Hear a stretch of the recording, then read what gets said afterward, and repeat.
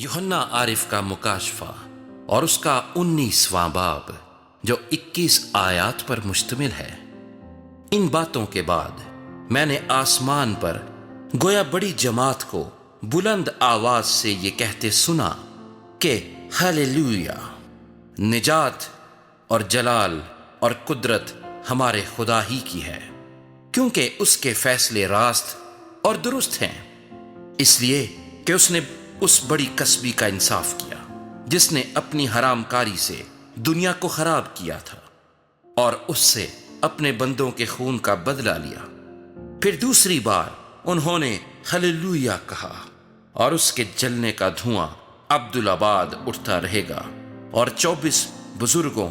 और चारों जानदारों ने गिरकर खुदा को सिजदा किया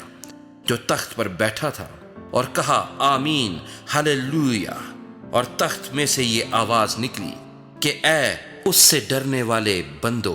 खा छोटे हो खा बड़े, तुम सब हमारे खुदा की हम्द करो। फिर मैंने बड़ी जमात की सी आवाज और जोर के पानी की सी आवाज और सख्त गरजों की सी आवाज सुनी कि हालेलुया, इसलिए कि खुदावंद हमारा खुदा कादर मुतलिक बादशाही करता है। आओ हम खुशी करें और निहायत शादमान हों और उसकी तमजीद करें, इसलिए कि बर्रे की शादी आ पहुंची और उसकी बीवी ने अपने आप को तैयार कर लिया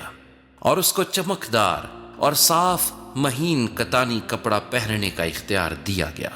क्योंकि महीन कतानी कपड़े से मुकद्दस लोगों की रास्तबाजी के काम मुराद हैं। और उसने मुझसे कहा, लिख, मुबारक हैं वो जो बर्रे की शादी की ज़ियाफत में बुलाए गए हैं। फिर उसने मुझसे कहा, ये खुदा की सच्ची बातें हैं, और मैं उसे सिजदा करने के लिए उसके पांव पर गिरा। उसने मुझसे कहा कि खबरदार, ऐसा न कर, मैं भी तेरा और तेरे उन भाइयों का हम खिदमत हूं जो यीशु की गवाही देने पर कायम है।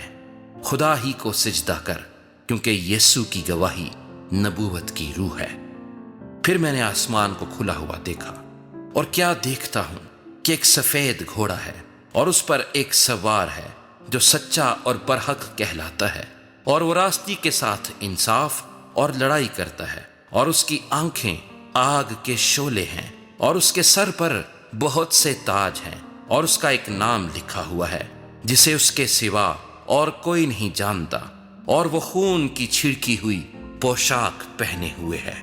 और उसका नाम कलामे खुदा कहलाता है। और आसमान की फौजें सफेद घोड़ों पर सवार और सफेद और साफ महीन कतानी कपड़े पहने हुए उसके पीछे पीछे हैं, और कौमों के मारने के लिए उसके मुंह से एक तेज तलवार निकलती है, और वो लोहे के असा से उन पर हुकूमत करेगा। और कादर मुतलिक खुदा के सख्त गजब की मै के हौज में अंगूर रौंदेगा,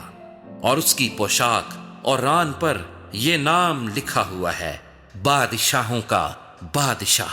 और खुदावंदों का खुदावंद। फिर मैंने एक फरिश्ते को आफताब पर खड़े हुए देखा, और उसने बड़ी आवाज से चिल्लाकर आसमान में के सब उड़ने वाले परिंदों से कहा, आओ खुदा की बड़ी ज़ियाफत में शरीक होने के लिए जमा हो जाओ, ताकि तुम बादशाहों का गोश्त और फौजी सरदारों का गोश्त और जोरावरों का गोश्त और घोड़ों और उनके सवारों का गोश्त और सब आदमियों का गोश्त खाओ,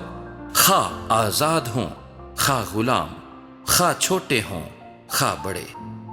फिर मैंने उस हैवान और जमीन के बादशाहों और उनकी फौजों को उस घोड़े के सवार और उसकी फौज से जंग करने के लिए इकट्ठे देखा, और वो हैवान और उसके साथ वो झूठा नबी पकड़ा गया जिसने उसके सामने ऐसे निशान दिखाए थे जिनसे उसने हैवान की छाप लेने वालों